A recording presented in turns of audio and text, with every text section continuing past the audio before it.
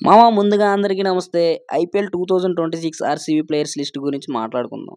అఫీషియల్‌గా original list అయితే పెట్టలేదు. బట్ ఎందుకో అలా ప్రెడిక్ట్ చేయాలనిపించింది.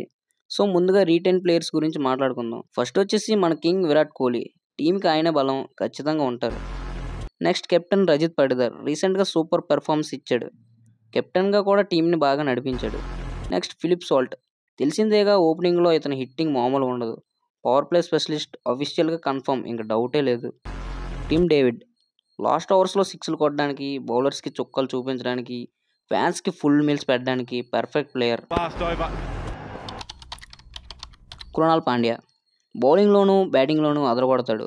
టీమ్‌కి మంచి బ్యాలెన్స్ ఇస్తాడు. Josh Hazlewood. Star pace bowler.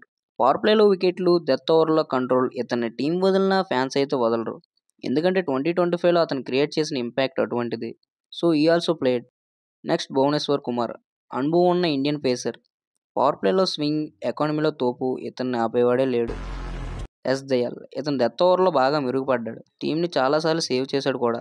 Jitesh Sharma. Is the take care of RCB. టీంకి బ్యాక్ బోన్. ఇతన్ని వదిలే ఛాన్సే లేదు. నెక్స్ట్ ఆర్సీబీ రిలీజ్డ్ ప్లేయర్స్ గురించి మాట్లాడుకుందాం. First Mayank Agarwal. Last time అంతగా ఛాన్స్ దొరకలేదు. But he played well. Slow performance కారణంగా తీసేసే అవకాశం ఉంది. Liam Livingstone. పెద్ద మొత్తానికి కొన్నా అంతగా రాణించలేదు. నెక్స్ట్ నువాన్ తుసారా.